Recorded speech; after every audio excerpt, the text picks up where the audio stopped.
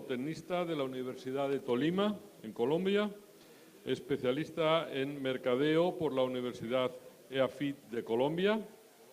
Ha trabajado en empresas de genética y nutrición en Colombia y Ecuador y actualmente es gerente para América Latina, España y Portugal de Highline Internacional, a la que agradecemos tu presencia aquí, Daniel. Perfecto. Creo que vais a disfrutar, ya lo veréis. Nos va a hablar del tema de la luz, entendimiento de la luz en avicultura. Cuando quieras, Daniel. Gracias, muy amable. Pues muy buenas tardes a todos. Muchas gracias por estar acá, por su presencia. Me ha tocado una hora un poco dura después de una comida, pero bueno, trataremos de hacer esto lo más ágil y lo más dinámico posible para que no se nos vayan a dormir. Muchas gracias a la gente de Avinews por la invitación a estar aquí con ustedes en esta ponencia. Muchas gracias también al equipo comercial y técnico de Avigan, nuestro distribuidor en España, que pues me ha respaldado para la presencia del mismo. Como bien lo anotaba José Luis, el tema de hoy que vamos a tocar es el referente a la importancia de la luz en la ponedora moderna, en una ponedora en la cual estamos hablando en muchos, no siquiera países, sino continentes, de ciclos únicos, ciclos largos, en donde, si bien es cierto, la producción importa muchísimo porque pues es sacarle al ave todo su potencial genético. Lo que nos preocupa mucho más es el tema de calidad de cáscara, ¿no? De que ese huevo producido pueda llegar finalmente al consumidor final. Y una de las estrategias o una de las herramientas que podríamos en determinado momento tener a nuestro favor sería el manejo de un programa adecuado de luz. Entonces, vamos a iniciar. Esta mañana el doctor en la primera conferencia hablaba un poquito de cómo ha evolucionado la genética en los últimos 35 años. Si bien es cierto, hablábamos que en la década del 80, creo que no refleja por la pantalla, hablábamos de unas aves que llegaban al 50% de producción a los 161 días. Hoy en día estamos hablando de 140 días, estamos hablando de 21 días antes. Hablábamos en ese tiempo de 263 huevos ave alojada. Hoy en día, a la semana 72, podemos estar encontrando fácilmente entre 322, 330 huevos.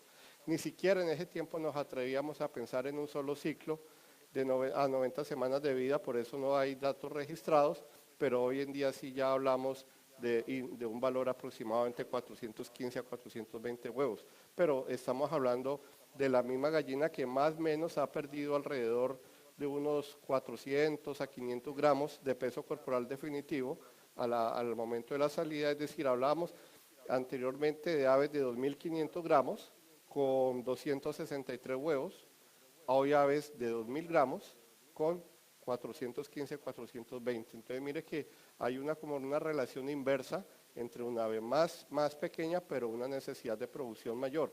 Son los mismos huesos, los huesos no han aumentado y pues es un tema supremamente crucial para lo que es la calidad de la cáscara. Se habla de una viabilidad de postura del 92%, y hoy encontramos una viabilidad acerca del 96%, o sea, un porcentaje de mortalidad en que no va más allá de un 4 o 5% hasta la semana 90. Y ni qué decir del tema del peso del huevo, más en países donde es tan importante para el mercado como todavía lo sigue siendo España, aunque hay que decirlo, que cuando uno mira la tendencia mundial del mercado en cuanto a peso de huevo se refiere, hay una tendencia a devolverse y a no necesitar o no a exigir peso de gran tamaño, sino ya un peso comercial que para ustedes sería, qué sé yo, tal vez un L, un M, no tanto XL. Y hasta cierto punto es comprensible porque es muy difícil poder garantizar una excelente calidad de cáscara si cada día se exigiera un tamaño de peso de huevo mayor.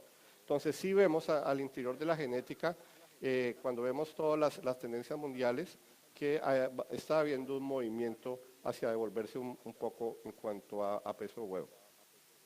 Entonces, si vamos a ver los objetivos alcanzados por nuestros genetistas en estos 35 años, pues definitivamente ha sido la productividad, ha sido la longevidad, poder llevar aves a un solo ciclo sin necesidad de hacer la muda o la pelecha, y siempre contemplando o defendiendo lo que es el tema de la eficiencia.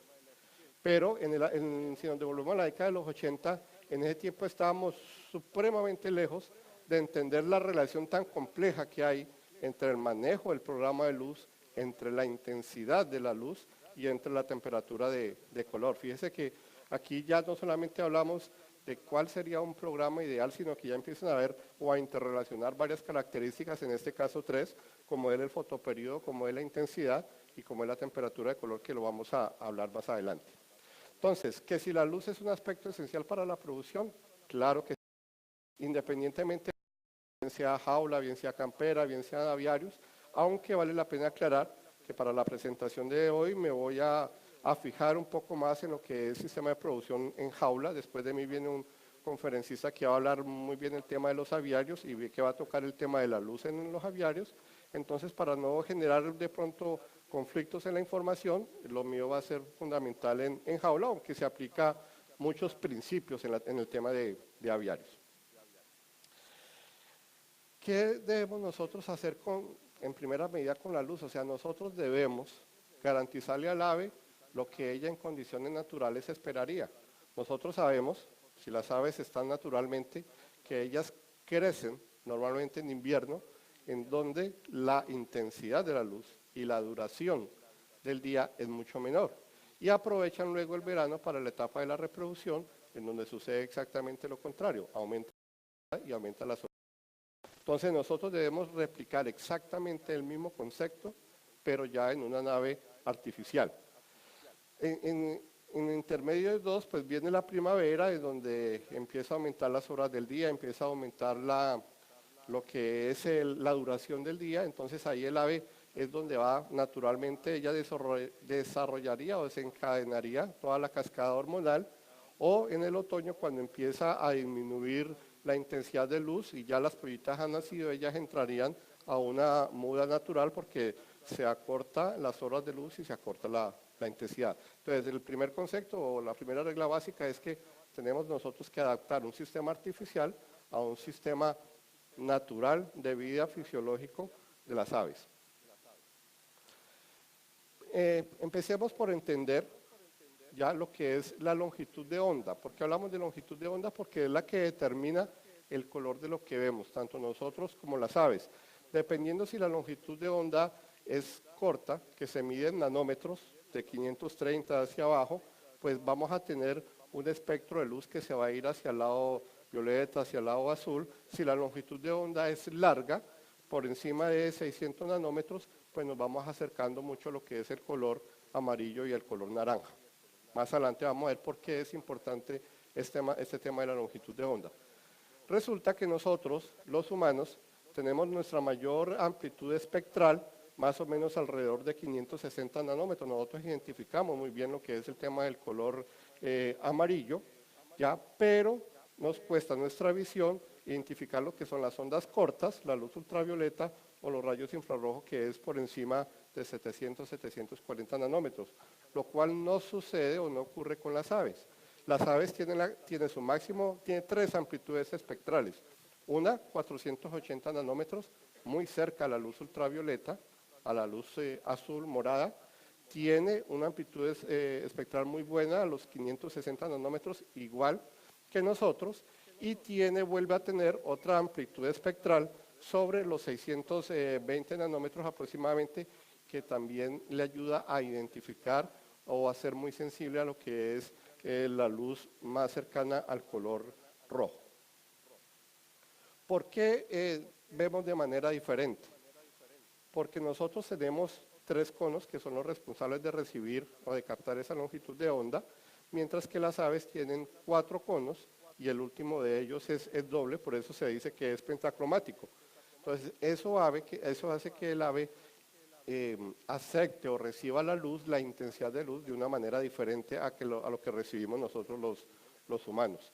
Entonces, por ejemplo, el ave puede llegar a ser 12 veces, por tener este espectro, esta sensibilidad a un espectro por debajo de 400 nanómetros, puede ser 12 veces más sensitiva al espectro azul que uno de humano. Por tener sensibilidad a un espectro alto por encima de 600 nanómetros, puede ser 4 veces más sensitiva al espectro rojo, y tiene una habilidad muy interesante para lo que es ver la luz ultravioleta. ¿Eso qué quiere decir? En forma práctica, en que nosotros podemos estar viendo esta imagen la podemos estar viendo nosotros de esta manera y las aves están pudiendo detectar una luz radiante hacia el lado ultravioleta, hacia el color azul, lo cual es utilizado, por ejemplo, en el cortejo sexual. Eso estimula mucho las aves y nosotros no lo alcanzaríamos a percibir. Otro ejemplo sería esta foto, ¿ya? Donde nosotros veríamos ese color, esta sensibilidad, y el ave estaría viendo la misma foto, pero de una manera totalmente diferente por la sensibilidad espectral que ella tiene. Entonces, ese es un punto a tener en cuenta cuando nosotros vayamos a hacer el análisis, vayamos a hacer el estudio de la luz, de que no es lo que nosotros estemos viendo, sino es lo que las aves necesitan ver y estén viendo dentro de las naves.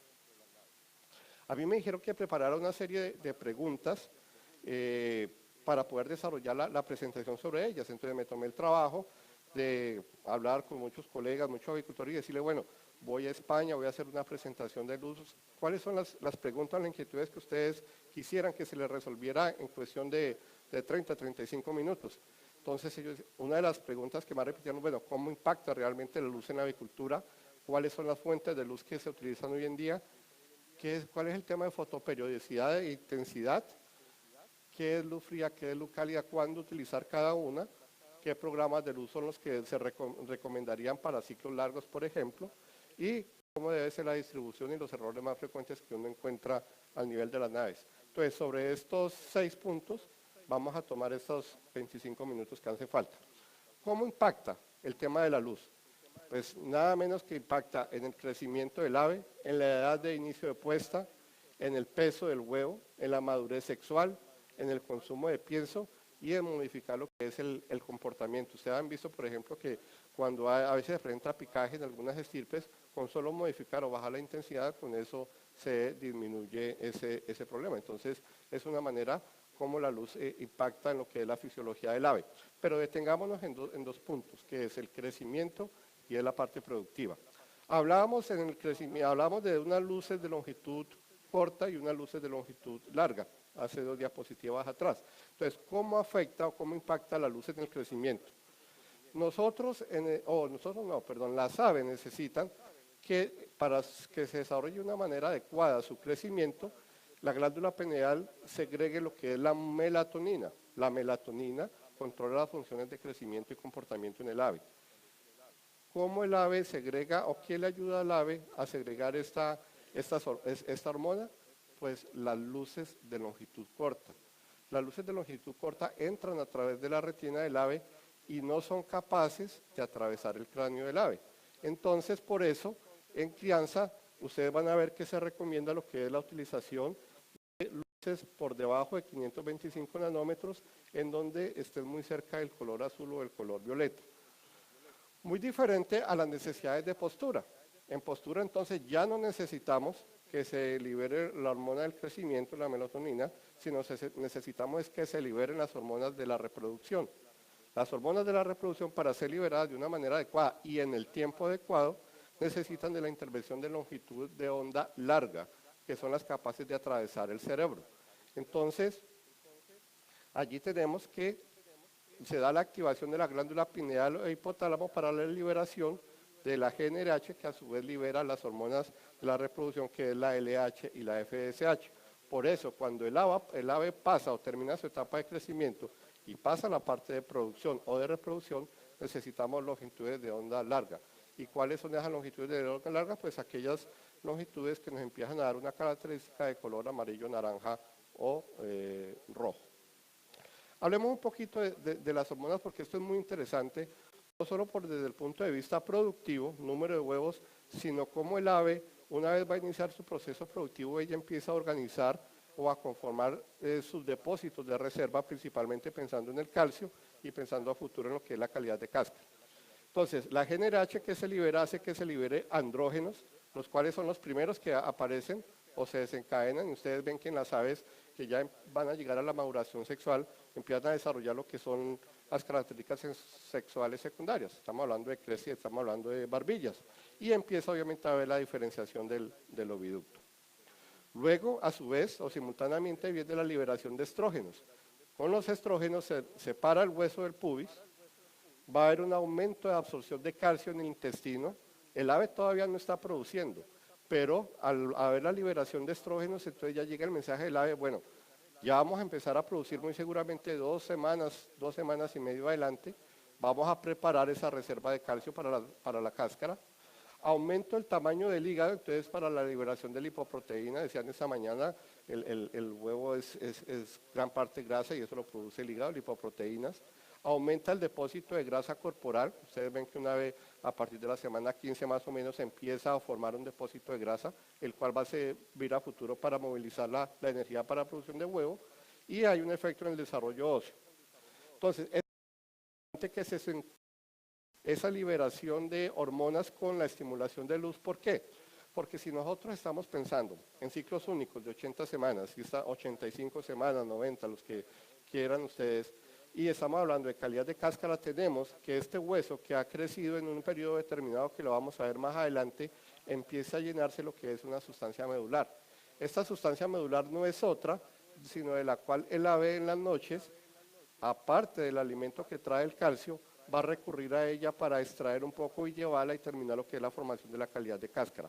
Entre más largo generemos nosotros el hueso y ese hueso tenga la mayor cantidad de reserva, pues eso nos va a permitir que lleguemos al final del ciclo productivo con mejor calidad de la cáscara. Y vamos a evitarnos huevos porosos y obviamente el tema de osteoporosis, fatiga de jaula y aumento de la mortalidad. La progesterona pues también ayuda en lo que es metabolismo del calcio, crecimiento, activación oviducto, la ovulación, etc. Cosa contraria, si abusamos de un estímulo de luz, lo que podemos generar es una hiperestimulación al principio de la etapa productiva, que nos va a resultar huevos doble yema, nos va a hiperovulación, o vamos a producir que empiecen aves muy rápido su etapa productiva, pero que luego se fatiguen muy pronto porque no hay una congruencia entre porcentaje de producción y consumo de alimento y las persistencias caigan. Bueno, vamos con las fuentes de luz. En las fuentes de luz pues tenemos la luz natural y la luz artificial. Aquí en España pues la luz natural no tiene gran impacto que sí tiene en los países de América, en donde la variación del día y de la noche, principalmente entre más cercanos esté al Ecuador, no hay un impacto. La mayor variabilidad puede ser 20 minutos, si acaso, en determinada época del año. De resto, entonces, allá todavía hay muchas casetas, muchas naves donde son totalmente abiertas y no, de hecho, a veces no se utiliza programas de luz en la noche. Pero aquí, donde las naves son cerradas, tenemos prácticamente 4 alternativas, de las cuales estas dos ya prácticamente han desaparecido, quedan algunas fluorescentes y lo que más se está utilizando hoy son los focos LED. Entonces pasemos rápido lo de la luz natural porque no tiene gran impacto. La luz LED pues es de alto impacto porque su tiempo de vida es muy largo. El uso de energía es muy bajo para producir luz. El ahorro de energía es hasta un 85%. La luz LED tiene la característica de que ella, calor como tal, emite entre un 2 a un 5% máximo, pero luz, que es lo que nosotros necesitamos que emita, emite entre un 95 a un 98%.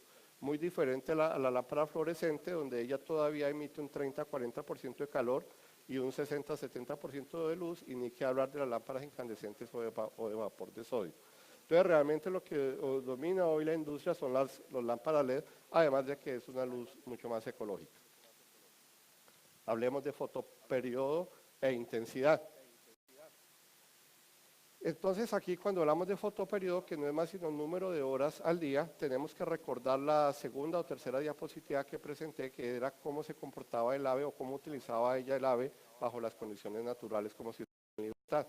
Entonces hablamos de que la crianza debe ser lo más parecida a invierno y la producción debemos adecuar un sistema de fotoperiodo lo más parecido a como si llegara el verano para las aves. Entonces, en principio, como una regla básica, la crianza, las horas de luz debe disminuirse desde el momento en que llega la pollita, ya hasta las más o menos 6, 8, 10 semanas, que depende mucho de la genética, de la condición corporal, de cómo vaya avanzando el consumo del alimento. Y en la etapa productiva, después debe llegar a una base, donde las horas de luz no varíen, menos 5 a 6 semanas, y luego debe haber un incremento donde la ave sienta que llegó la época del verano, que llegó el momento de reproducirse, entonces las horas de luz deben de ir incrementándose paulatinamente. Y en intensidad, entonces cuando hablamos de intensidad necesariamente necesitamos hablar de luxes, ¿ya? Que es la intensidad que emite un foco en un radio determinado de acción. Cuando hablamos de intensidad, en las primeras semanas nosotros recomendamos que durante la crianza sea el periodo de intensidad, el periodo de mayor intensidad que tenga el ave, que en naves cerradas debe ser alrededor de 30 a 50 luxes máximo. ¿Por qué? Porque estamos recibiendo una pollita que necesita ubicar el niple, que necesita ubicar el pienso, que se está acomodando dentro de un espacio, entonces por donde ella camine debe tener la visibilidad completa para poder ella tener un consumo y una uniformidad de ese pienso de manera adecuada las 3 primeras semanas. Luego, una vez la pollita ya ha identificado su entorno, entonces podemos bajar a una intensidad de 5 a 10 luxes, ¿ya? Que es semejando la etapa del invierno. Es una intensidad que siempre se debe respetar y debe ser más baja que la parte de productividad. Luego nos vamos acá a 25 a 30 luxes entre la semana 15 y la 17. ¿Qué se va a producir acá? Aquí se va a producir, el ave lo va a reconocer como si estuviera ya llegando la primavera y se va a producir la liberación de cascada hormonal para luego estimular el ave después de la semana 17. Si ustedes miran acá, tengo yo un programa descendente, ya un programa descendente donde semana tras semana se va disminuyendo las horas de luz para que no sea un choque muy brusco y además para lograr unos objetivos de consumo y peso que vamos a ver más adelante. Ya cuando después de la semana 17 aproximadamente conservamos los mismos 25 a 30 luz, pero entonces el fotoperiodo o las horas de luz en el día empieza a incrementarse hasta llegar a las 16 horas. Las aves necesitan una diferencia de intensidad mínimo de 2 veces entre el día y la noche. Se considera que punto luxes no se distingue de la oscuridad. Las investigaciones han demostrado que se necesita mínimo de 5 luces para diferenciar la noche del día. Una intensidad de luz mayor a 50 luces puede causar nerviosismo y un comportamiento anormal, por eso no se recomienda que en naves cerradas se dé más de esta cantidad. En naves abiertas como en el trópico, pues obviamente tenemos que utilizar las cortinas para bajar la intensidad y evitar ese tipo de problemas. Bueno, que si la luz es fría o que si la luz es cálida, porque estos términos. No es porque emita o no emita calor, no tiene nada que ver con eso. Esto se mide en grados Kelvin y esto es lo que le llamamos la cromaticidad. Es un método para medir el calor o el frío relativo a la luz y está en grados Kelvin. Que una luz fría es aquella que cuando el foco dice mayor a 5000 grados, asemeja la longitud de onda muy cerca a la luz ultravioleta, a la luz azul. Y luz cálida es aquella que en el foco van a ver ustedes que dice menos de 3000 grados Kelvin. Quiere decir que la longitud de onda que produce ese foco se va a acercar hacia el color amarillo, rojo o naranja. Entonces, como la luz fría, la longitud de onda se aproxima mucho al tema ultravioleta, al tema azul, es la luz que se debe utilizar para la crianza, para que se produzca la liberación de la melatonina, como lo decíamos. Cuando cambiamos a producción, entonces debemos de cambiar el foco, o generalmente las aves van a una nueva nave, esa nueva nave debe tener focos de menos de 3000 grados Kelvin, para que sea una luz que se asemeje mucho al color amarillo, naranja o rojo, y dé el orden al ave, de la orden de que se empiece a liberar lo que es la cascada hormonal. Entonces aquí lo tenemos, luz fría, crecimiento, luz cálida para postura.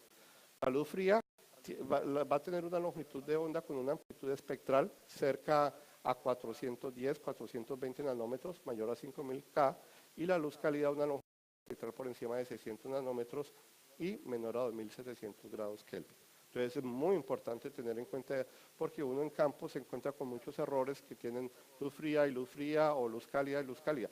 No significa esto que si se tiene el foco equivocado el ave no vaya a producir. Igual, ella llega un momento en que por peso corporal y por edad va a empezar su producción. Lo que pasa es que si queremos picos de puestas más altos, por encima del 95%, 96%, que ese pico sea más prolongado, que la persistencia sea mejor, y que sobre todo el incremento del consumo de pienso entre esa etapa delicada de las 18 a las 25 semanas se dé de una manera adecuada, pues entonces lo ideal es poder brindarle ese tipo de intensidad de luz. Por ejemplo, estos son naves en Brasil, ya en donde, como ustedes ven, no son naves cerradas, son naves abiertas, pero por ejemplo para las aves en crianza se utiliza este tipo de cortinas, que son cortinas azules, donde la longitud espectral, la amplitud espectral es alrededor de 410, 420 nanómetros, y cuando se llevan las aves a producción, entonces se maneja cortinas amarillas, naranjas o rojas, ya para estimular lo que es el sistema reproductivo del ave. Es una misma compañía, pero una nave de crianza, otra nave de producción, y se maneja la intensidad de luz de manera diferente. ¿Cuánto nos queda? 15, bueno, vamos muy bien. Programas de luz. Esto es algo muy interesante porque es hasta determinado punto manipulable de acuerdo al tamaño comercial del huevo que nosotros queramos. Obviamente, el peso del huevo, gran parte depende de la genética, en eso estamos totalmente de acuerdo. Pero dentro de la misma genética nosotros podemos manipular, si lo queremos llamar así, si queremos un huevo a futuro que se desarrolle un tamaño grande, que se desarrolle un tamaño medio, que se desarrolle un tamaño chico. Hay países, por ejemplo, en América Latina como México, como Perú, en donde el huevo se vende por kilo. Entonces hay que se necesita que haya la mayor cantidad de unidades en un kilo, que más o menos pueden ser 16 huevos. Países como el vuestro, países como Colombia, donde manejamos tamaño de huevo, pues obviamente no nos interesa un huevo tan pequeño, sino un huevo que en promedio esté por encima de 64 o 66 gramos, y por eso utilizamos la luz como una herramienta de soporte a la genética para condicionar el tamaño del huevo. En crianza normalmente hablamos de duración y de intensidad, y en producción hablamos de programas continuos e intermitentes. Miremos el tema de duración como programa de luz en la crianza. Entonces, normalmente lo que uno se encuentra en el campo son 4 programas diferentes. Un programa A que empieza con 22 horas la primera semana y baja rápidamente a la semana quinta. Un programa B que baja a la semana 6 a 12 horas o a 10 horas. Un programa moderado que baja a las 12 semanas, y un programa ya excesivamente lento de descenso de luz que baja a la semana 14. Normalmente el programa D es utilizado para reproductoras, en donde no necesitamos que la reproductora empiece a producir a la semana 18 y 19, porque es un huevo que no va a ser utilizado para incubación, pero el ave sí ya se está desgastando al producir ese huevo. Entonces no vale la pena nombrarlo acá. El programa A es para un huevo extremadamente chico, un huevo que el promedio no dé más allá de 60 gramos en toda su vida productiva, entonces también lo descartamos para el tipo de auditorio que estamos trabajando el día de hoy. Entonces quiero que nos concentremos en el programa B y C, que es donde podemos tener una variedad de 1 o 1.5 o hasta 2 gramos más de peso del huevo. El plan B, recordémoslo, es el que baja aquí a 6 semanas, el plan C es el que baja a 12 semanas. Para nosotros, por ejemplo, en países como Colombia, en países como Argentina, como Guatemala, como el mismo España, en donde nos gusta, o al ama de casa le gusta ir y comprar un huevo de buen tamaño, ya nosotros recomendamos más el programa C, que es un programa moderado, descendente moderado a semana 12, y les voy a explicar por qué. Cuando tenemos el programa B, que se baja o se llega a 12 o 10 horas a la semana 6, estas son las horas de luz día y noche, y estas son las horas de luz natural y artificial en el plan C, donde se baja a 12 horas a la semana o a 10 horas a la semana 12. Si nosotros vemos, este sería el comportamiento, este sería la diferencia.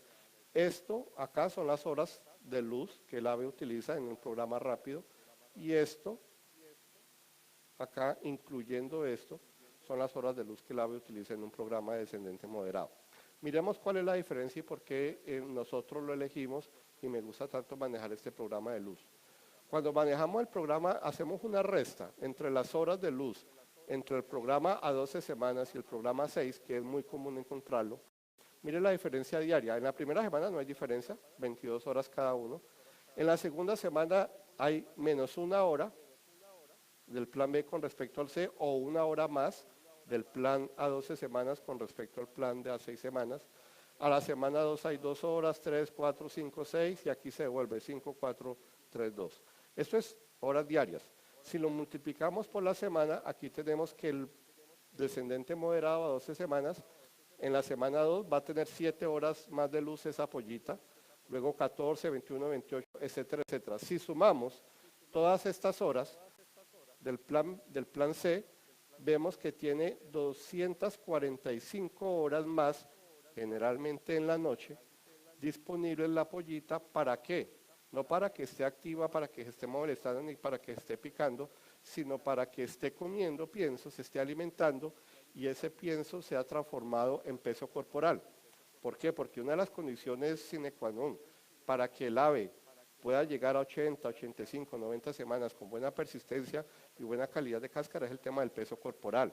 Hoy no podemos a semana 18 aceptar aves que estén por debajo de 1.400 gramos de peso porque esa ave no va a llegar o no va a cumplir con el requerimiento o la exigencia de ser una productora de alta exigencia. Necesitamos aves mínimo a la semana 18 de 1.550 a 1.600 gramos de peso corporal para que inicie un pico de puesta con buenas reservas, lo sostenga y se mantenga a través del tiempo. Entonces, si estas 245 horas la dividimos en 24 horas que tiene un día, estamos hablando que este programa moderado lento, le toma una ventaja de más o menos casi 10 días más de consumo que va a tener la pollita con respecto al programa de descendente rápido. Y esto es pienso, y el pienso es conversión en ganancia de peso semanal, en mejora de la uniformidad y obviamente va de manera positiva a estar en el tema de la viabilidad. Pero aquí hay algo todavía mucho más importante, que el grueso de estas 245 horas, el 60 o 70% de ese tiempo, es entre la semana 7 y 11. Y esta mañana lo explicaba muy bien. ¿Qué sucede el ave entre la semana 7 y la 11? Pues es cuando se está dando o el crecimiento del hueso. El hueso no es un sistema que tenga un crecimiento compensatorio como lo tiene el músculo, como lo tiene la grasa. Lo que no crece el hueso de una semana a otra simplemente no lo va a recuperar. Entonces, si estamos hablando de persistencia, si estamos hablando, no hablemos de huevos totales producidos, hablemos de huevos vendidos. Si estamos hablando de huevos vendidos, tenemos que hablar de calidad de cáscara. Y si estamos diciendo que la cáscara es calcio, y si estamos diciendo que parte de ese calcio el ave lo extrae de los huesos, pues tenemos que obviamente garantizar que entre la semana 6 y la semana 11 el ave pueda tener el mayor crecimiento posible de los huesos, especialmente los huesos largos, que es donde se va a acumular la sustancia medular. Entonces, mire lo crítico y lo importante que es, no solamente para el consumo, para la uniformidad, sino que estamos hablando aquí de calidad de cáscara y hasta ahora la pollita tiene 7 semanas. Le preguntan a uno por allá la semana 60, mire, ¿qué hago? Tengo el porcentaje de ruptura, se me subió al 8, al 10%, ¿cuál es la solución? No, las soluciones para la calidad de cáscara no son soluciones curativas, son soluciones, son estrategias que deben de ser de tipo preventivo. Y lo más temprano que podemos trabajar desde el punto de vista de manejo es esto. Hay otros puntos como la salud intestinal, la integridad, el tener un sistema inmunológico activo, que obviamente todo eso va a ir a favor de lo que es la mejora en la ingestión de nutrientes. Pero desde el punto de vista de manejo, pues está permitir al ave que entre las 6 y las 11 tenga ella con qué desarrollarse, tenga ella porque otro que no queremos es presionar al nutriólogo a que nos hagan aquí dietas exageradamente concentradas para lograr peso corporal, porque finalmente al inicio de producción, el ave cuando necesitamos que aumente de 70 a 115, 118 gramos, no le hemos formado el recipiente por dietas muy densas, entonces vamos a tener un problema.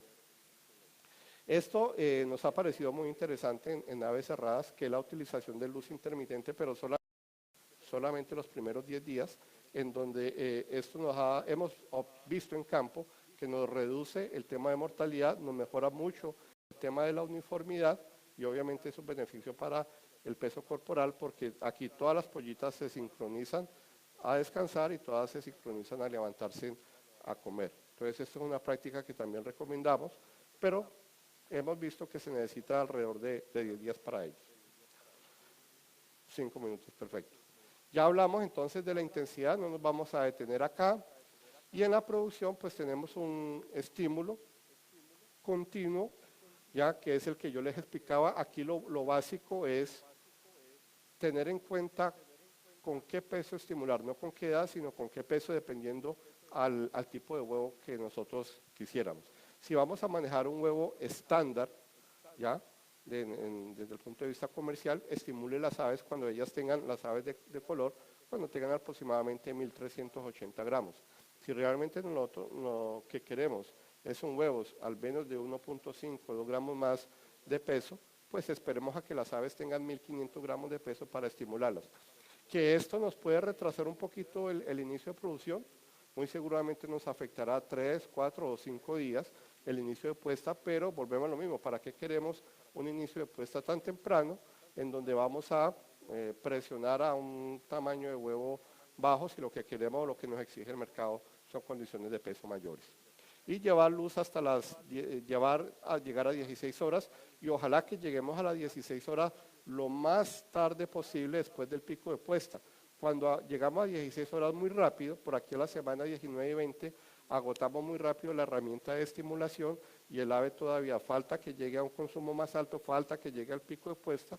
Entonces, por eso el primer estímulo debe ser 1 hora para que el ave sienta que cambió el fotoperiodo y después irnos cada 20 minutos, cada 30 minutos estimulando, buscando que el pico de puesta coincida por ahí con 15 horas y 15 y tener 45 minutos más de colchón de seguridad para seguir estimulando. Hay programas de luz intermitentes, tengo referencias de aquí en Europa, pero realmente no encuentro ningún beneficio para ellos, no veo ninguna compañía de carácter industrial que lo utilice, entonces no voy a hacer referencia. Y ya para terminar, lo que es la distribución y los errores más frecuentes. Siempre recomendamos la utilización de focos intercalados, porque uno de los graves problemas es esto, presentar niveles diferentes de luz, porque vamos a presentar niveles diferentes de aves, pesos diferentes, lo cual para el inicio de producción pues va a ser un efecto negativo. Evitar que presente este tipo de situaciones, aquí está marcando un lux en la parte baja, en la parte media 6, en la parte arriba 14 y en el último nivel 21. Mire que hay 20 luces de diferencia entre el nivel superior y el nivel inferior. Esto obviamente va a afectar mucho las aves para el inicio de producción. Entonces lo que buscamos es que las naves haya este tipo de luz alternada. Lo otro, me da pena mostrarlo, estos son naves en América Latina, pero mire, estos son errores de campo que uno encuentra. Podrán tener la mejor LED, pero de nada sirve porque aquí está funcionando si acaso un 15 o 20%. ¿Ya? Y mire cómo la diferencia puede ser de más de un 50% hacia el comedero y obviamente otro 50% dentro de la jaula. Aquí dentro del comedero, por ejemplo, marcaba 16,5 con una bombilla sucia, puede bajar a 7 luces y medio. Aquí dentro de la jaula 8 y puede bajar a 4. Entonces, tenemos la suficiente cantidad de focos, tenemos la lámpara que es, pero no estamos pendientes de la limpieza y estamos generando el efecto contrario. Ya, esta es la última diapositiva para terminar. Los programas de luz son diseñados, como les digo, para imitar la naturaleza del ave, para maximizar el periodo productivo de la ponedora. Nunca romper las reglas fisiológicas para la luz porque esto resultará en pérdidas de producción. Entonces, en la crianza disminuya la duración y la intensidad de luz. En la producción aumente intensidad y fotoperiodo y el que usted en producción disminuya la luz, eso es una señal para el ave de que llegó el otoño, de que ya debe cesar su etapa productiva, de que entra una muda natural y pues eso no es lo deseable. Discúlpeme si de pronto hablé muy rápido, no es fácil en 40 minutos explicar todo lo de la luz, pero bueno, traté de hacer lo mejor que pude para ustedes. Muchas gracias.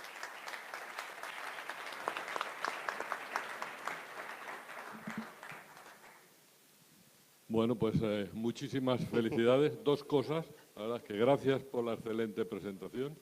Y la segunda cosa que yo diría, yo creo que nos has dado una luz en tu comentario.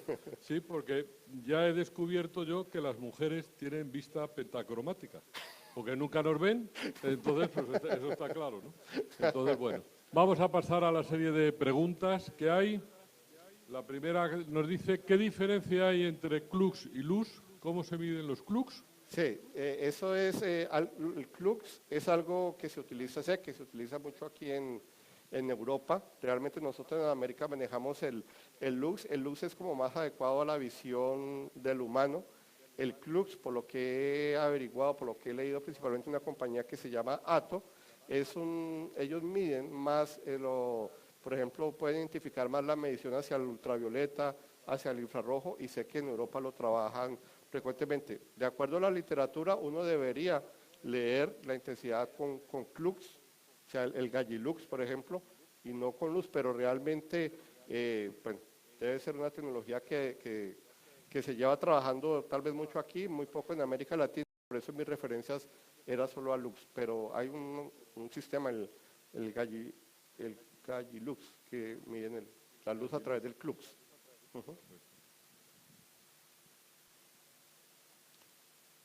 ¿Cómo podemos saber el final de una bombilla LED? Parece que al final emite un 60% menos de luz. ¿Eso sí lo es cierto? Interesante. Interesante. ¿Cómo podemos saber el final de una bombilla LED? Parece que al final emite un 60%. O sea, eso es más como ingeniería tal vez.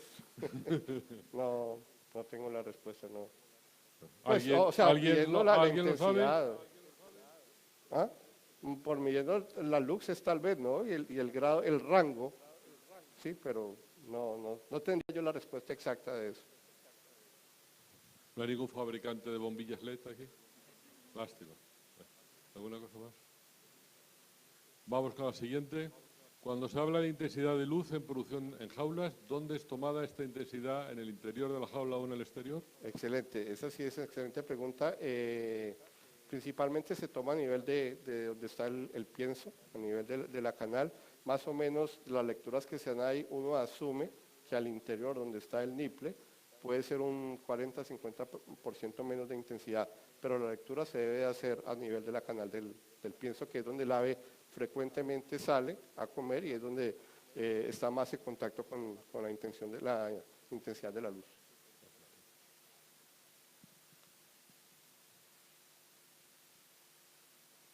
La última. Vamos para allá, pues si no. ¿Cómo recomiendas? Un halago. Sí. Bueno, primero, gracias por las palabras de gran presentación. Lo ideal, realmente, como les decía, es que el incremento sea paulatino, que no sea un incremento tan rápido, porque el ave tiene un incremento en producción que tiene que ir acompañado de un incremento en consumo de pienso. Una de las herramientas básicas para usted lograr esa sincronización es la luz. A medida que usted ave va subiendo producción, va subiendo consumo de pienso. Si usted llega muy rápido, por ejemplo, semana 21 o 22, ya usted no tiene con luz cómo estimular más consumo y más producción. Entonces ya perdió, ya agotó usted esa herramienta. Entonces, el primer estímulo, como le digo, el ave debe sentir que le cambió la duración del día, 1 hora. Y luego, de acuerdo a cómo ella vaya subiendo el consumo, vayan ustedes estimulando media hora, 20 minutos o 15. Si ustedes ven que el consumo va muy rápido, incrementándose, que hicieron un muy buen trabajo en el tema digestivo, pueden permitirse incrementar 30 o 40 minutos semanales. Pero lo ideal es que sea un incremento lento, así como cuando se pasa a estación de primavera y luego pasa a verano. La última, que vamos. ¿Cómo afecta la duración del día en gallinas camperas con acceso a los parques? Bueno, realmente en América no tenemos mucha experiencia en el tema de camperas. Como les decía, esto fue enfocado básicamente al tema de jaula. Tal vez esa pregunta la pudiera nuestro siguiente expositor. Yo creo que él tiene la autoridad para hablar acerca de eso. Perfecto. Muchísimas gracias, Daniel. No, a ustedes muy amables. Para tus viajes de campo. Gracias. Bueno. Con tristeza ya, vamos a la última ponencia. Va a ser a dúo. Por una parte va a estar Raúl Rodríguez, ingeniero técnico agrícola en explotaciones agropecuarias por la Universidad de Valladolid, técnico Consejo de Agricultura Ecológica de Castilla y León, técnico en empresa de certificación, SOCISCERT. En 1999 entró en Ibramer como responsable de producción, después estuvo en México como responsable de coordinación de producción e incubadora de 2 empresas y volvió para estar aquí como servicio técnico de Ibertec para España y Portugal. Y por otra parte va a estar René Rambax. Trabaja en avicultura desde hace ya pues un montón de años, no decimos la cifra. Ha trabajado con Lohmann, con reproductoras. En 2001 pasó a especialista en avicultura en Holanda y Alemania y desde 2007 trabaja con Ter Hedert. Ellos nos van a hablar sobre preguntas claves en el manejo de sistemas de aviario. Cuando queráis. Gracias. Bueno, somos los últimos. ¿Media hora hemos quedado? O 2 horas, lo que queráis. Bueno, nuestra presentación se basa en 10 preguntas. Ha sido un filtro de todas las que han llegado a través de José Luis. Sé que son muchas que gente como Nicolás, como Elisa, posiblemente en tema de recría ya tengan controladas, en tema de producción a lo mejor como Kepa. Pero bueno, ha sido un poco un resumen de lo que más ha solicitado la gente. Son 10, realmente son 12. Hay 2 vídeos al final sobre 2 preguntas que nos han hecho de última hora. Y bueno, René la va a realizar, hay traducción simultánea. Yo intentaré aportar alguna cosa más y las preguntas del final las intentaré solucionar yo, sobre todo por el tema de la traducción y que sea más rápido. Thank you, Raúl. Buenas tardes. Ibertec asked me to tell something today about experience with Avery system. In Holland, we had the same situation as we have now in Spain and in Portugal. We started with cage-free poultry keeping. The advantage of Spain and Portugal is you can look to other countries who have already built the Avery system. In the time that we started in 2002 and 2003, it was not possible to look to other countries because they always only had cages. So we tried to put a presentation together with 10 questions that could maybe be important for people who want to start with Avery systems, cage-free systems. Maybe it helps you with building your system, or it helps you with your daily work. I hope you will learn something about it. Picture of me, senior technical advisor, 50 years old, living in Holland, already working in poultry for about 28 years, the last 16 years as technical advisor and sales manager. The questions, for sure, people who are starting with a farm have a lot of questions. What should I build? What should I do? Which size? 1 or 2 levels? Which brand? Which kind of feed? Should I buy feed? Should I make feed by myself? A lot of questions. We realized that, and that's why we made this presentation. What to do before the new pullets arrive in the rearing? After you build the house, or when it is already your 2nd or 3rd flock, you clean the house and disinfect the house. You use paper on the sleds, so you can put the day-olds on it.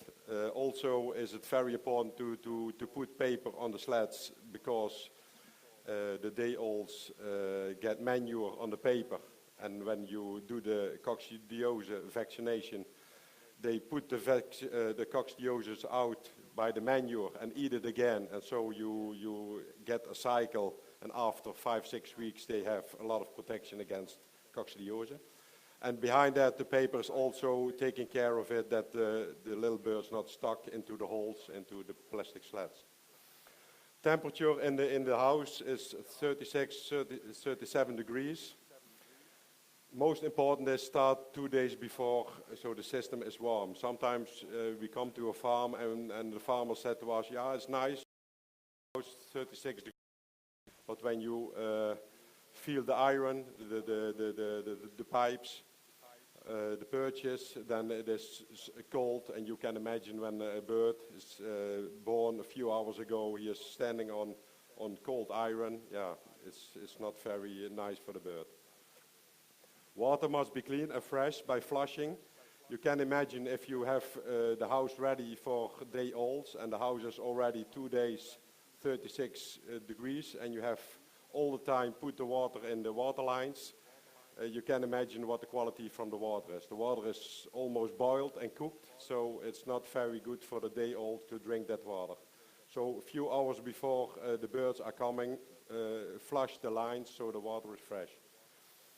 Feed in the feeding track and on the paper. Do that before the day olds come, because if they are in the house and you have to run the feed chain iron over iron, is a lot of noise, so the birds are afraid. So take care the feed is in the change and on the paper, so they can directly starting with eating and drinking. How to put the pullets inside the cages in the aviary system. Give them enough space. And what do we mean with enough space? Sometimes it is a discussion when you get the day olds, should I put them all in the second level? Because that's easy. Second level, it's on eye height. You can see the day olds. If you need to feed them extra by hand, it's easy to reach them. Sure, I understand that. But if you want, to do the best for the day olds, give them directly both levels, because they have doubled so much space, and they can move and they can grow much better than only on one level. Give them enough light, 20 to 40 lux. The first 5 days to find water or feed. It's always important when you do something, you ask by yourself, why I'm doing it. It's not only because the builder of the system is telling it. Always think, what's the use of what I'm doing? And what light is concerning, you give them 20 or 40 lux. Why 20 to 40 lux? Our experience is the first day they need to find, they come from an egg, they come from a dark egg in a house, and they think, what's happening to me? And they should drink water from a nipple. They should eat feed on a feeder. They should walk on paper that's making a strange noise. So you can imagine it's a lot of new things, a lot of stress for the birds. And so for that, it's very important you have the good temperature and the light so he sees everything very well. And how do we do that in Nivovaria? Give them enough space, the same as in the aviary system. In a Nivovaria is a difference because you have already a lot of space, because your floor is also space for the day old. Give them enough light, the same as in a aviary system for the first day, to find feed and water. Because here the distance to the feeders is much bigger than in the aviary system, so that's very important, the light. Other question is when release the pullets from the cage and the sleds. I see the film is already moving. It was not meant, but you see here the birds with 3 weeks. They are out of the system, and you see when they learn it young, it's no problem to get back in the system. But we will show that you later. And this rearing farm has a camera in the farm, so when he is in the house, he can always see what's happening in the house. Age of 3 weeks. And that depends on the system. When you get them out of the cage, they have more space. So more space they are able to grow. More enrichment by litter. What do we mean by that? So normally in the cage in Holland we are not allowed to the beak. So all the birds have the beak. So we're starting already in the aviary system with stones, so they can already from day one pick on stones, so to make the beak less sharp. But when they are coming out of the cage with 3 weeks, we give them Lucerna in the scratching area. We give them pick stones, so when they are aggressive or they are bored, so they are not going to each other, but use the aggression when they have it on the stones or on the Lucerna. The advantage from this is less risk for feather picking. yeah, I told we are not allowed to debeak. It will also come in Spain in a few years that you're not allowed to debeak the birds.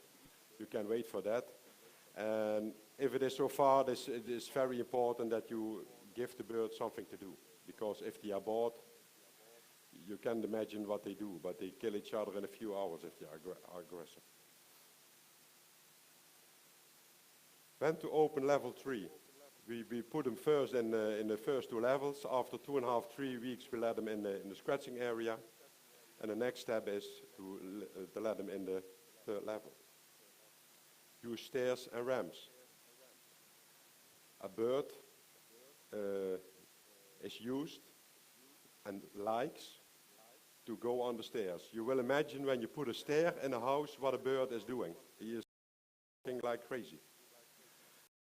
The ramps, when there is a ram, he will walk on the ramp and jump into the system. It's a lot easier because when they learn and they walk by themselves, you don't have to put them in by yourselves by hand in the evening. Put the perches on the right height. It's very important what you see in the left, that the perches are very high so they can jump easily into the system.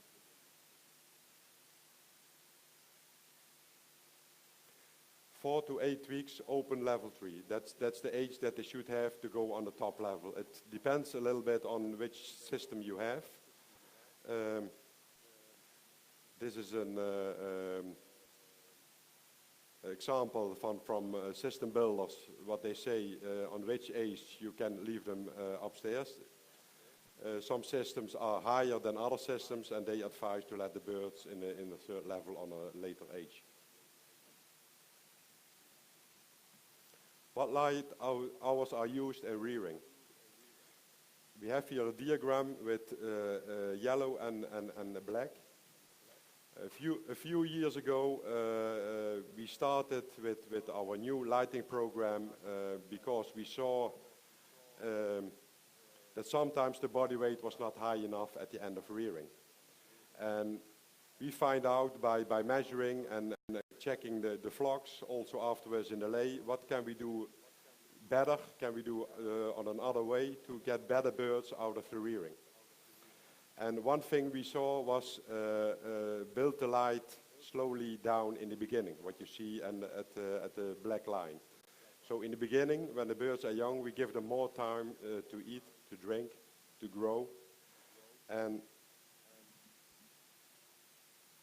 we see the birds at the end, and also in the beginning of the rearing, the birds has more carcass and muscle. And we are convinced of it, to make a good bird, it's very important to invest in the first 8 weeks. It's the key to success. The weight on 17 weeks is important, but in our point of view, not the most important thing. The most important thing is the body weight with 8 or 10 weeks. Because when you have a bird with 8 weeks, from 1 to 8 weeks, a bird is not able to create body fat.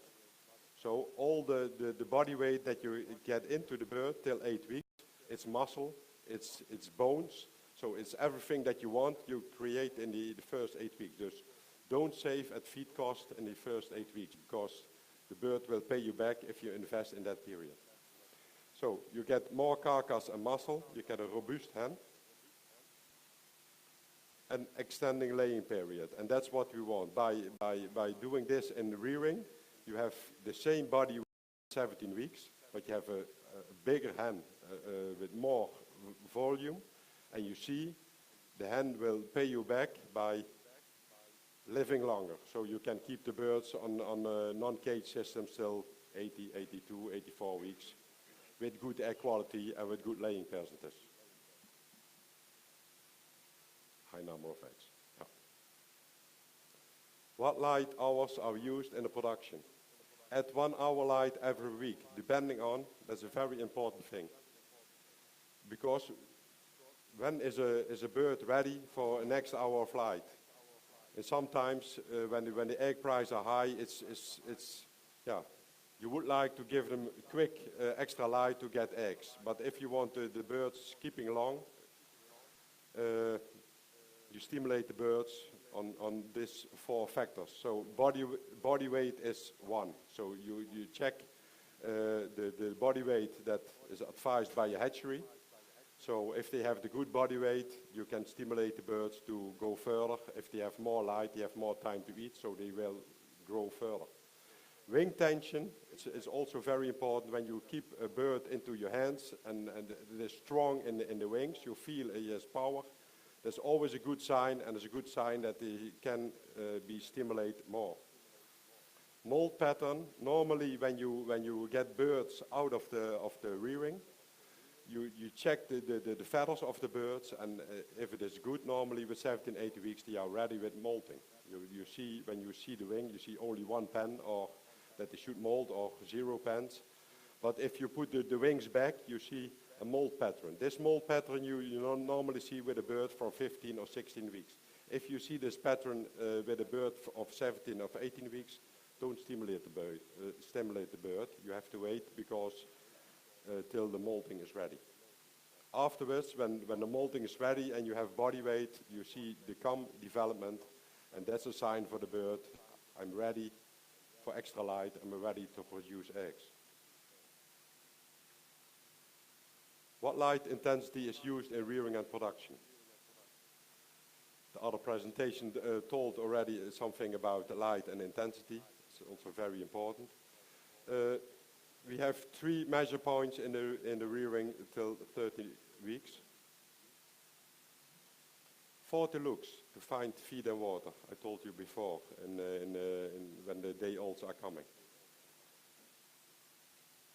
From day 5 till week 17, 15 looks for balance, feather packing and movement. What do they mean by that? It's when the birds are used in the system, they know where's feed, where's water, they know everything. You can go back to 15 looks and stay on that level for a long time. Because for a good rearing, it's very important that everything is the same. The same after, when you work the light plan, normally with 9 or 10 weeks, you are on 10 hours, stay on 10 hours. With light intensity, when you are by 15 looks, stay on 15 looks. After 17 weeks, when you go to the lay, go to 20 looks for production stimulus. A bird needs, after the rearing, when the molting is through, when the bird is ready for it, go to 20 looks, and the bird is starting to envelop. The starting is laying. He's laying, and he's starting to grow. At 25 looks to avoid floor eggs. Afterwards, when the birds start to lay and you have 20 looks, everything is okay, but you see in the scratching area I have floor eggs. A good thing to avoid floor eggs is to give them extra light, so the birds don't like to lay eggs into the light. They always find a dark spot. I come back to another sheet with extra light, but it's very important to go there. 25 looks approximately is a nice light intensity, also after 30 weeks. How to do it in production? 25 looks on top, 25 looks in the middle, and 40 to 50 looks under the system. Sorry, René. Un comentario sobre esto. Estamos viendo últimamente en algunas instalaciones nuevas que los diseños no permiten separar las intensidades en los distintos niveles. Hay algunas que van sincronizadas dentro de los sistemas con los pasillos. Es muy importante poderlo separar para trabajar con los 40 o 50 lux bajo el sistema, 20 lux dentro de la jaula, dentro del sistema, y a lo mejor unos 15 fuera o un poquito más. Si van sincronizados dentro de los sistemas y en los pasillos, cuando tú quieres tener poca intensidad en el pasillo, evidentemente vas a tener mucha todavía dentro del sistema. A la hora de diseñar es mejor potenciómetros diferenciados. Gracias, Raúl. I don't know what he is telling, but I can imagine. You can imagine. I can imagine, but I always tell to the farmers, and it's easy to tell when you come to the farm, but it's very important that you can react on every situation. That's the message. Because if you see you have too much floor eggs, or if you have feather packing, and you are not able to turn on the light on the floor, you're not able to turn the light on the top, or not able to make a difference in the outside rows and in the middle rows. Yeah, you can't react. You never do it good, because you have to go back in the whole house, and some birds need it and some birds need it not. So it's always good to invest in light. You can react on everything. So if you have an electriker on your farm, let him build a few extra boxes on the wall so you can do everything separately. It pays back very easily. What light color is used in rearing? Very important point. You saw it before in the other presentation.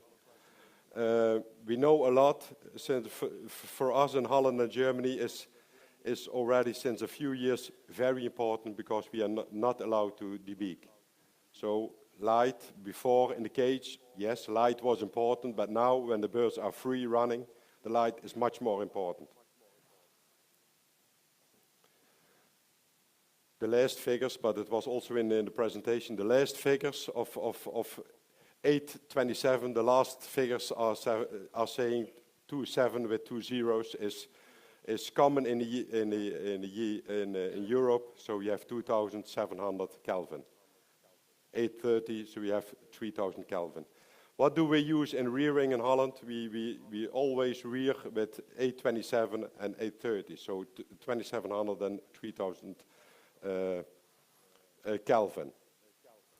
And why? In our, we call it warm white. That's another term for it. We see the birds are much more easy, and they do it better in rearing.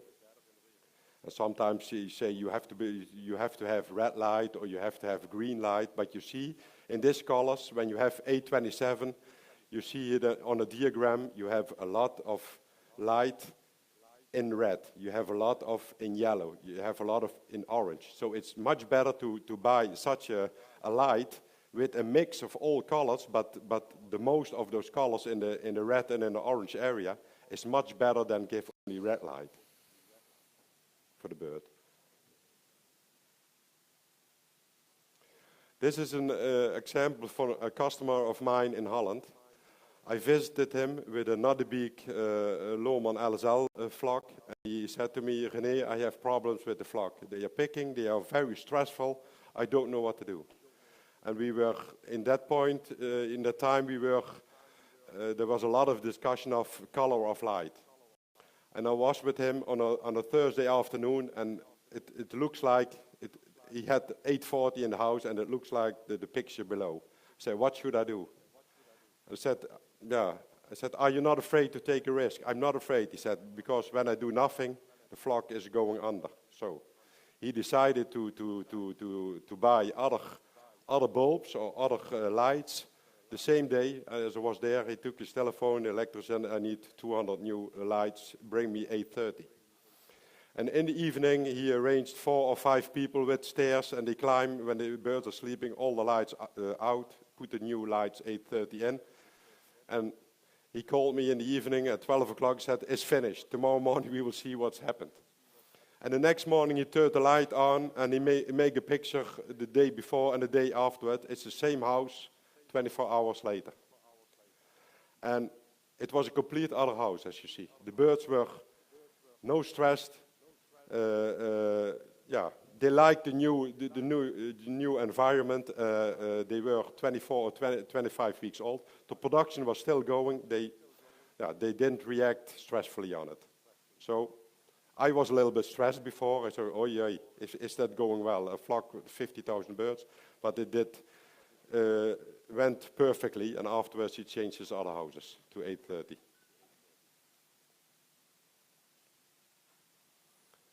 Another question. Are all the birds sleeping inside the system? Simple answer. Because they have to. If in the rearing, on the rearing farms, they are not sleeping into the system every night, or the farmer is not looking for it, that they go into the system, the poultry farm, the laying farm will have a big problem. So sometimes our technical people are visiting the farms at 5 or 6 o'clock in the evening without calling and looking if all the birds are in the system. And they should be, and they are, as you see. Rearing farms, how to turn off the light. It's always a question from all the farmers, thanks to Raoul. He has these pictures, very nice to see. So with this picture you can see how to build off the light in the evening. First, turn off the light on the side. Do it in 15 minutes. So the birds see the light into the system and they are willing to jump into the system. Second time, turn off the light in the system. You do a little bit longer, for sure, because they have to go up on the plateaus. Takes approximately 15 to 20 minutes. You see, in top, there is still an orientating light, we call it, so the birds can still see a spot on top, so they can go, they are on the system, but they're still jumping a level higher.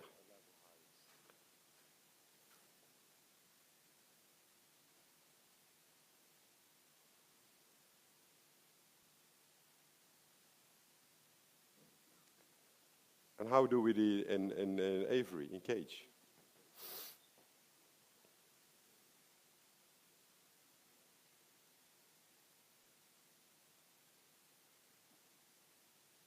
First do it in the middle, in the perches, then into the system, and we dim on the first and second level.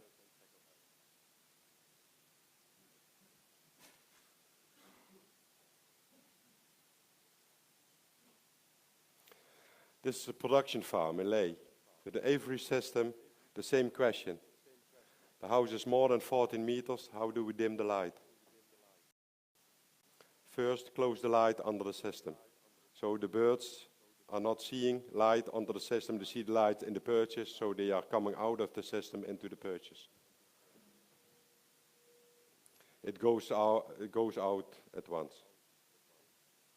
Afterwards, close the light, make the lights out in the perches. Or in the corridors, I mean. So the birds only see the light into the system, so they have an orientating point where they should go into the system and on top. So at the last we dim the light into the system.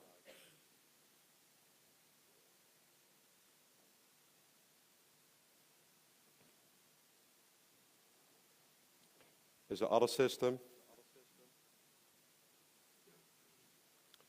First, in 1 minute time, put out the light under the system in the tunnel.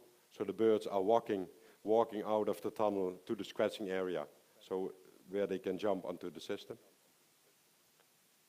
When they are out, make the light out under the system.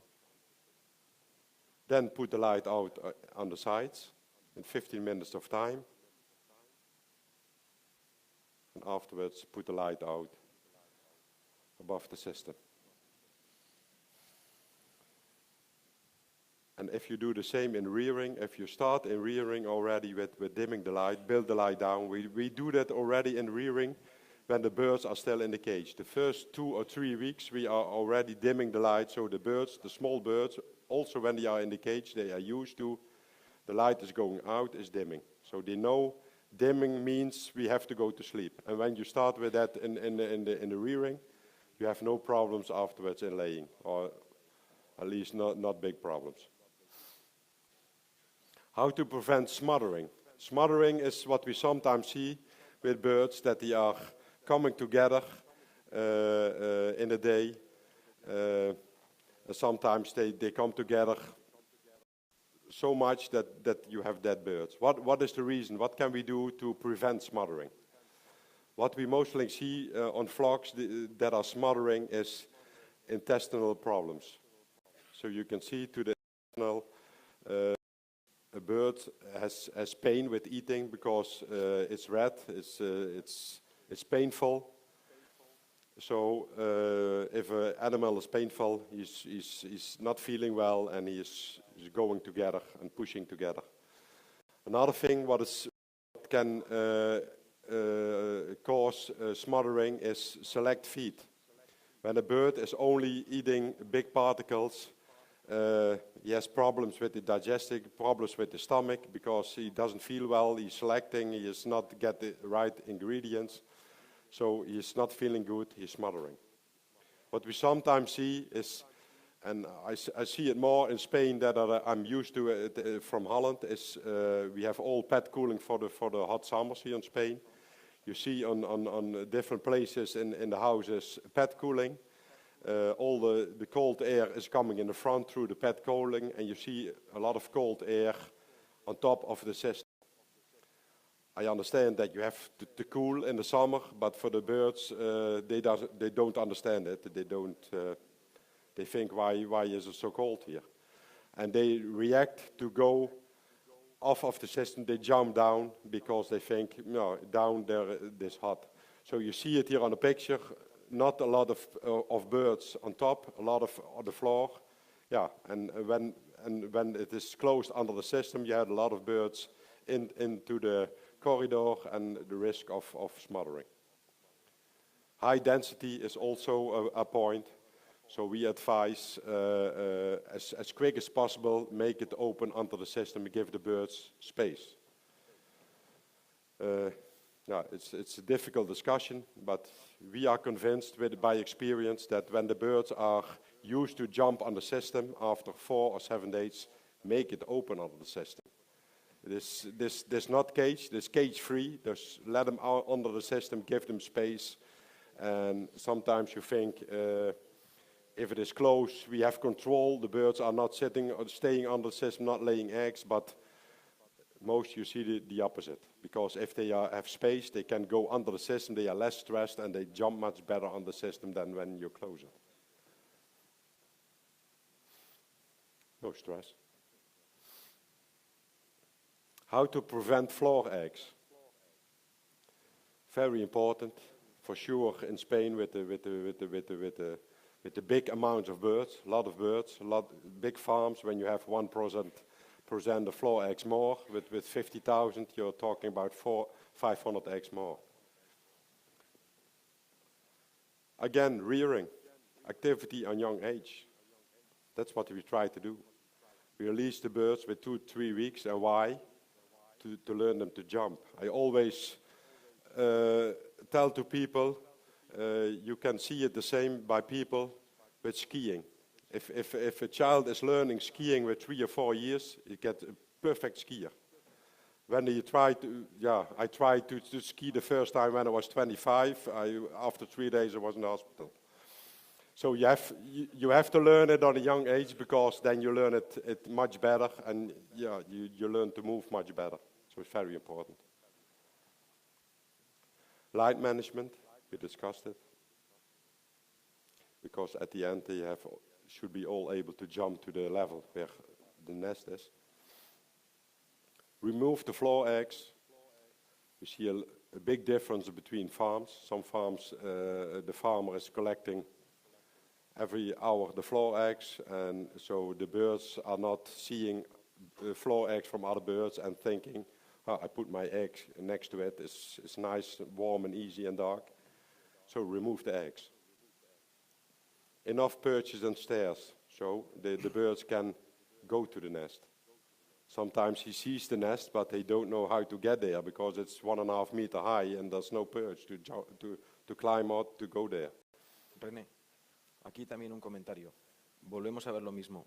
Ellos, cuando vienen, una de las cosas en las que nos insisten muchísimo es no hay suficientes perchas en los sistemas. Es verdad que se aprovechan instalaciones que ya están construidas, se reparten los sistemas de forma lo más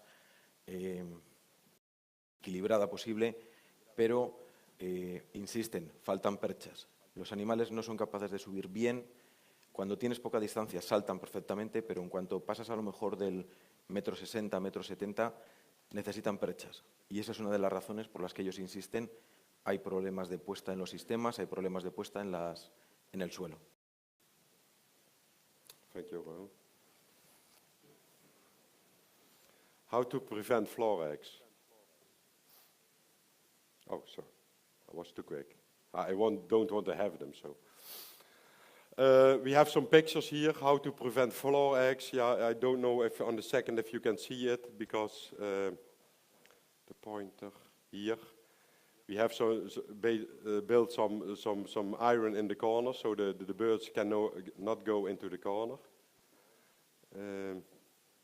Here we have some put electric wire on the side. It's not allowed in Holland and Germany. I don't know exactly how it is in Spain. I think they make it different, but for cat, when you produce eggs for cat and they see electric in the house, you have a big KO, you knock out. They call that in Germany and Holland, so you are out of cat. So it's not done.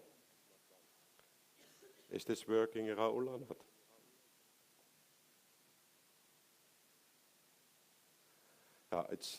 Yeah, oops.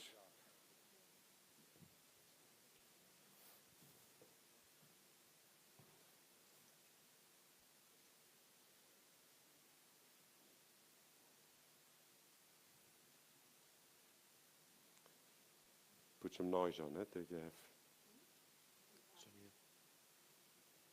Okay.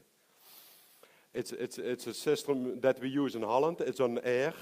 You have a compressor. Yeah, you see here a small plastic tube. It goes by air. It turns very hard. It makes a lot of noise.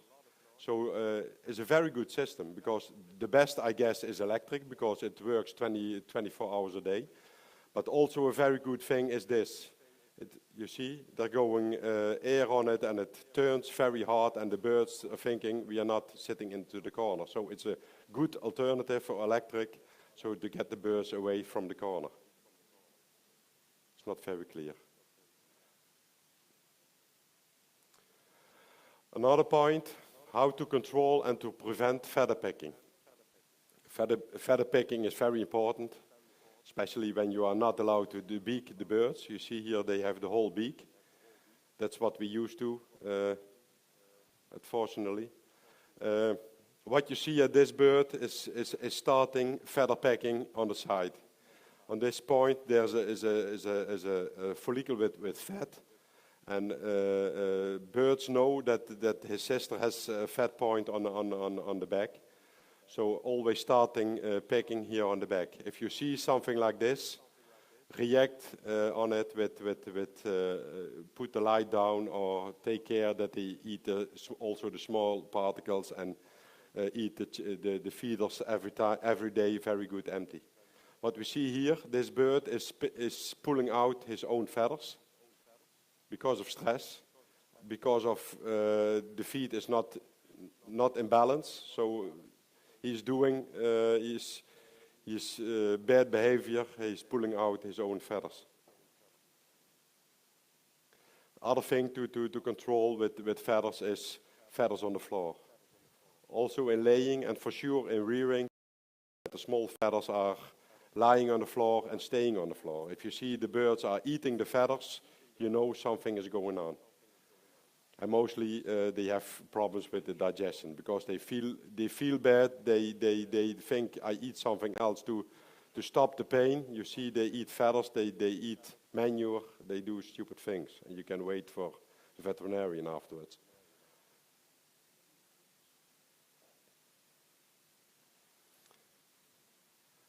The same four things, almost. What can we do to prevent feather pecking? The first thing is take care of a good feed structure. Make sure that they eat the feeders empty every day because in the small particles are the vitamins, the minerals, the salt. So all the most important things are in the fine particles. So take care that they eat the chain very good empty. Here you see very red, it's very painful. So when a bird has such digestion like this, he doing stupid things. He's pecking to his sisters because he is stressed. Light, we saw it before. Light intensity and light color is very important to prevent feather pecking. What we further can do, for sure by not the big birds, give some enrichment. What we do in this farm, you see, they get Luzerna. Is automatically. He has a pipe on top. So 2 or 3 times a day, he is spreading Luzerna automatically. And the birds are very grateful for it because they know it, they have something to do, and they eat Luzerna, and Luzerna is very good for digesting.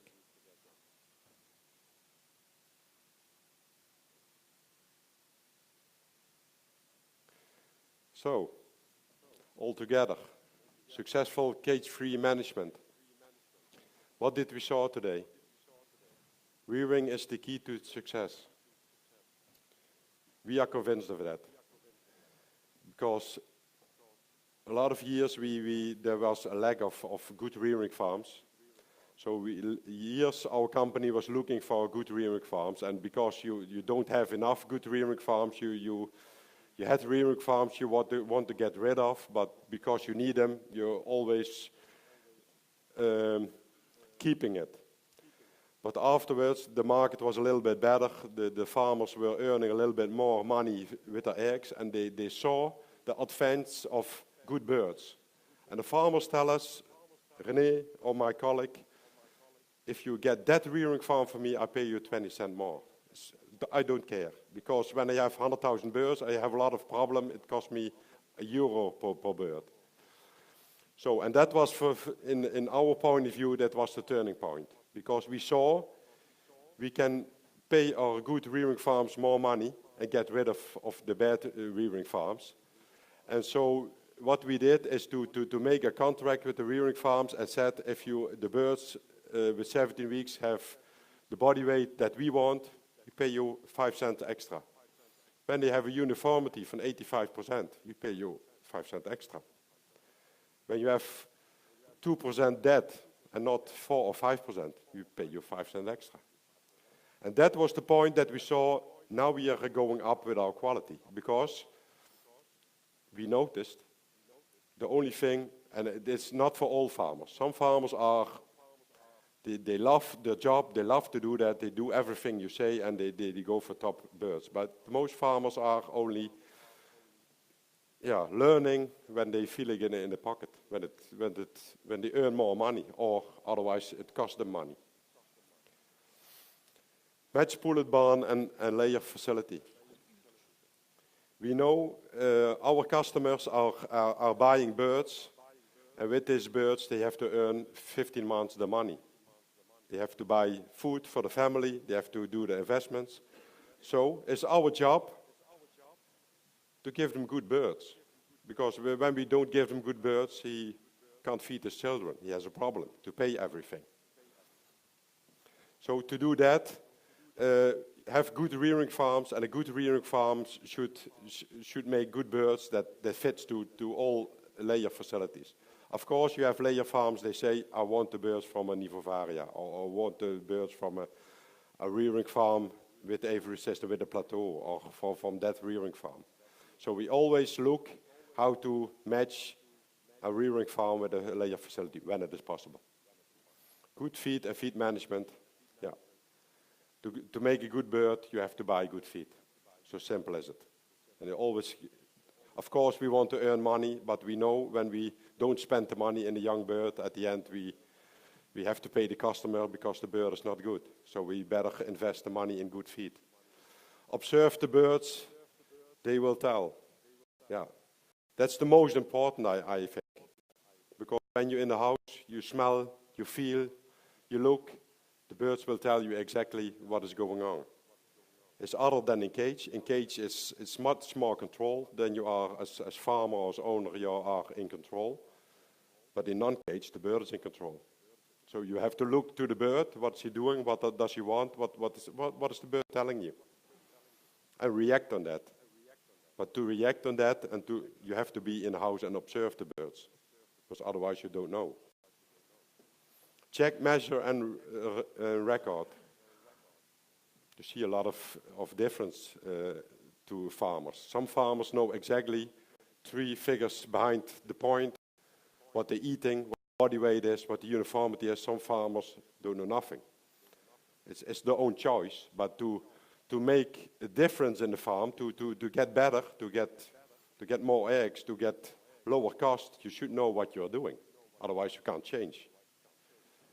If I don't know in my car when I go 120 because I have no meter, I don't know when I go 120. So with your flock, you have to know what is going on. And if you know, if you record it, and if you have it on paper, act quickly in case of a problem. Do not think today it's not okay, but I wait till after the weekend and I call the vet. No, call today, because in 2 or 3 days it can be completely wrong. And that's also a difference between cage and non-cage. Yeah, the birds are eating their own manure. They have contact with all the other birds. If there is a disease, it can go very quickly. So the farmer makes a difference. We have a few things here. Light intensity, section. What we did in Holland with the customers, we had 2 or 3 evenings. We invited our customers and tell them to bring a few birds each from your farm. And they were looking, well, what do you mean bringing birds? Bringing birds. And what we did that evening, learn the farmers to cut open a bird. The farmer by himself is not a veterinarian, but sometimes when you see something and you have a dead bird, cut it open. If you see if the liver is okay, if the bird is laying, if the liver is okay or not okay, you don't have to be a vet to see that. And if you see that, you sometimes call your veterinarian to see, okay, I cut it open, the liver is not okay, it's a lot of fat. I don't know, but I saw that already. Can you come? What's also important is structure feed.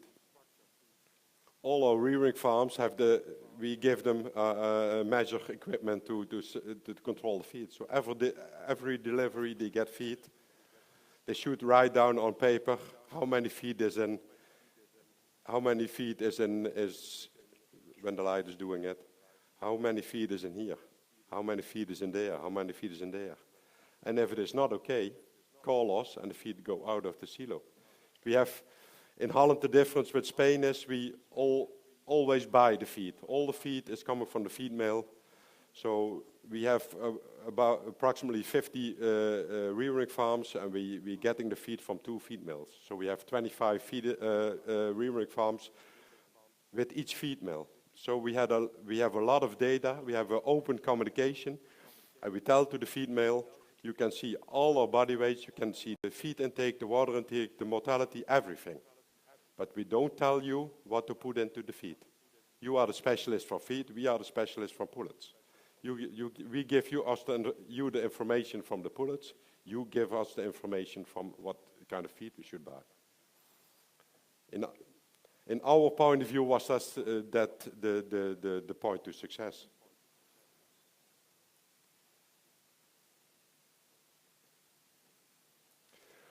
So we have 2 pictures. What we think it's interesting to see is how to do the needle vaccination into the Nivovaria. That's the first film, and the second film is in the rearing. Open the system and dimming and get into the system again. Yep.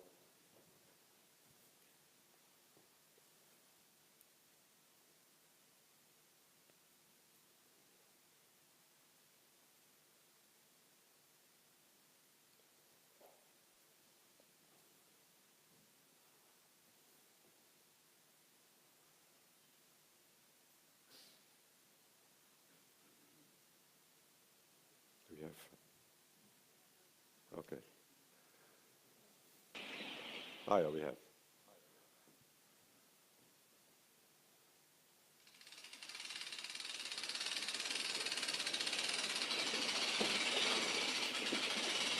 So here the birds are 4.5 weeks old. That was in a time that we still debeaking the birds and could leave the birds longer into the system. Today, with not the big birds, we let the birds earlier out of the system because if they are close to each other in the rearing, it's always dangerous that they pick each other.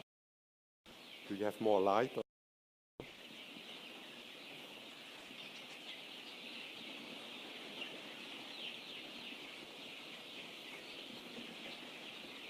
That's not so very clear, but the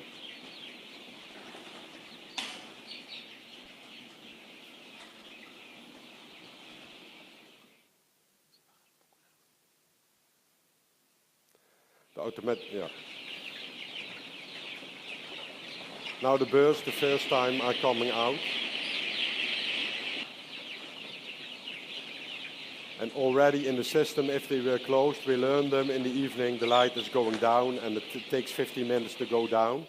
So the birds know in the evening, when it goes dark, how to get in. Is it clear or not?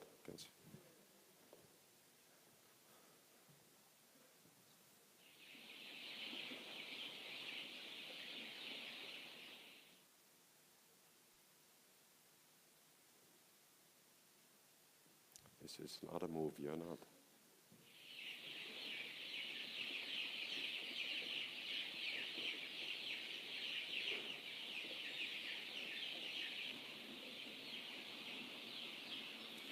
So is the LED in the system to the birds to orientate?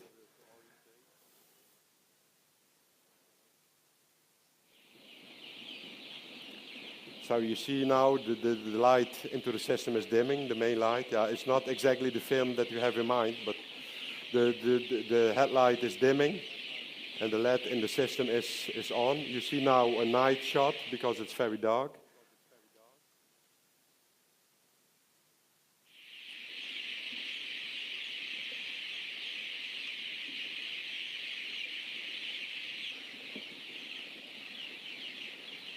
Now you see all the birds are into the system.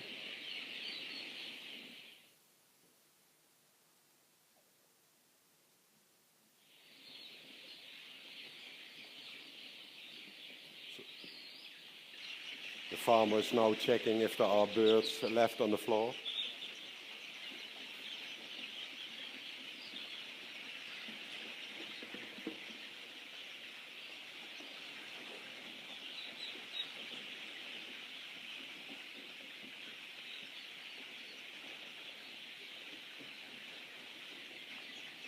And that's what they do in the beginning, when the birds go out. In the evening, check if all the birds are in, and put the last birds in who are not in. It's the same as a lay. If you do that in the beginning, yeah, they know it and they jump in by themselves afterwards.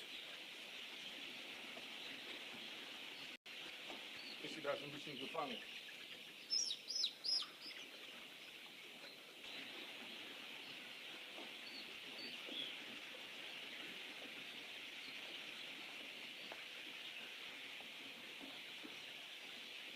Is it all now or not? Yeah.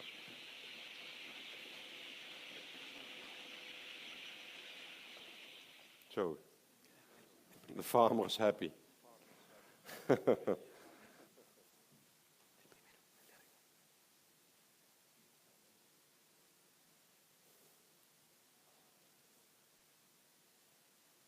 Yeah, it's not completely good. It's actually, it was a longer movie. We tried to cut something out of it. It's not complete. Do we have the vaccination? Is it possible to show the vaccination? Birds reared with the jump start have a good muscular development and know how to jump to different levels. This creates strong birds with a good uniformity for delivery to the production house.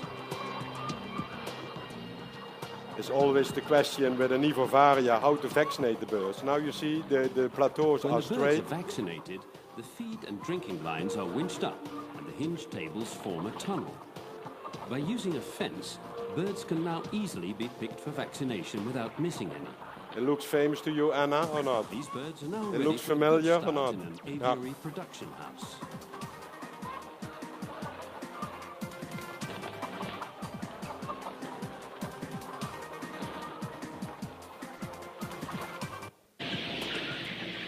Birds reared with the jump muscular development and know how to jump to different levels. This creates strong birds with a good uniformity for delivery to the production house. That's not going complete good, right? Yeah. Clear. Yeah. When the birds are vaccinated, the feed and drinking lines are winched up and the hinge tables form a tunnel. By using a fence, birds can now easily be picked for vaccination without missing any. Yeah, yeah.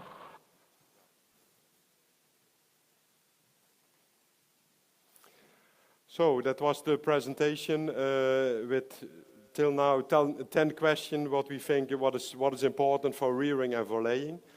I hope it was you learned something from it. Or there were some things where you say that was interesting to see.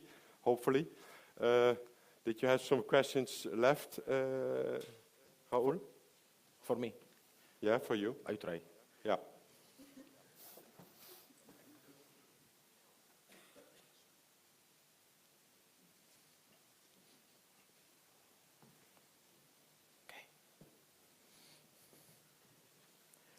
Esto es la pregunta que, nada más empezar con las visitas de René, todo el mundo le hacía. Tenemos que trasladar pronto las pollitas para que se adapten. Siempre ha dicho, no, la nave de recría es una nave de recría, la nave de puesta es una nave de puesta. Con 17 semanas tienen que estar alojadas en la nave de puesta, no antes. No hace falta. Una buena recría te permite arrancar perfectamente un lote de puesta.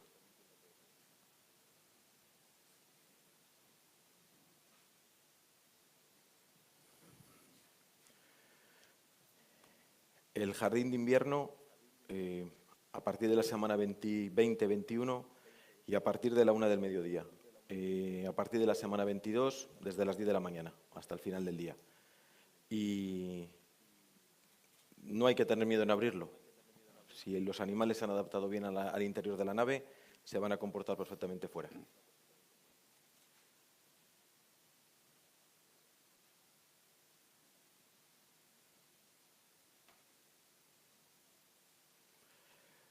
Ellos también, con su experiencia, insisten mucho. Es bueno poner algún material en el suelo al soltar las pollitas, regulas la temperatura del piso, tienen algo con lo que entretenerse y en el caso de que sea, por ejemplo, ellos insisten mucho en la alfalfa, no deja de ser fibra. O sea que sí, claramente sí.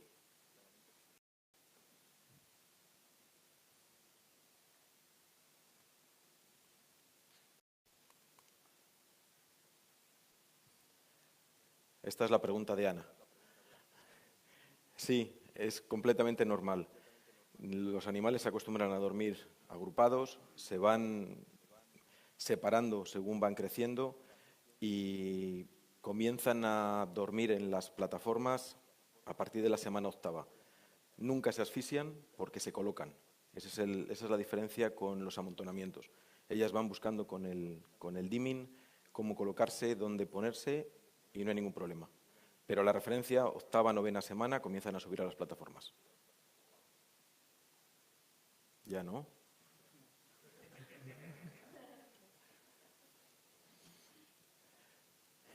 En el caso de gallinas camperas biológicas, la idea es buscar el final del día estimulando el lote por arriba, es decir, al final del día.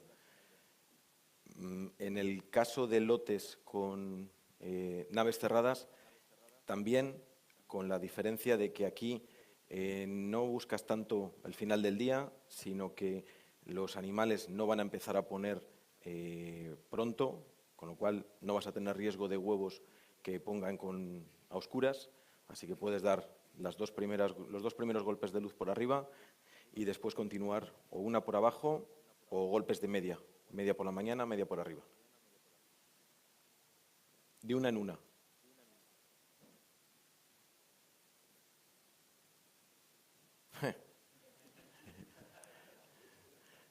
Un aviario es un aviario.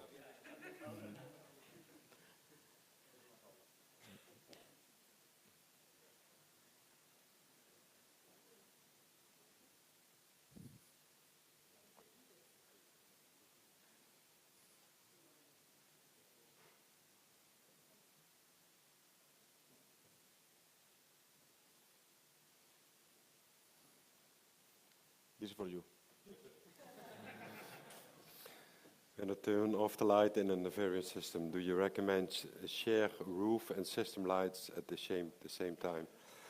Yeah, I hope we give an answer on that question with the system that we show. share roof and system lights at the same time. Yeah. It depends. Sometimes in a Avery system, you have the light on top, so it's meant to orientate for the birds. So the birds are in the system and go further on top. It's one goal, and the light into the system is the orientating light for the last birds on the floor. So the last birds on the floor have to jump in. They see the LED into the system, and they jump in. Because I think you need both. But when you have in the beginning, when you have enough birds on top, so they are sitting already on top when the light is going out in the evening, it's not necessary to let the light on top on. I think it's always important to let the LED into the system go out at last, as in some cases together with the light on top. I think, yeah, but it depends from house to house. Yeah, you have to look. Bueno, pues damos por terminada la ronda de preguntas. Ahora ya es muy compleja. Yo por nuestra parte dar gracias. René. For you. Thank you very much. Thank you For your application. Gracias, Raúl. Ahora te daré a ti una. No hace falta. Sí, te hace falta. Muy bien, gracias. No, bueno, pues tristemente llegamos al final de la jornada. La verdad es que ha sido intensa, muy intensa yo creo. Espero que os haya sido útil, que saquéis vuestro provecho, tanto de la parte científica como de la parte social que ha habido.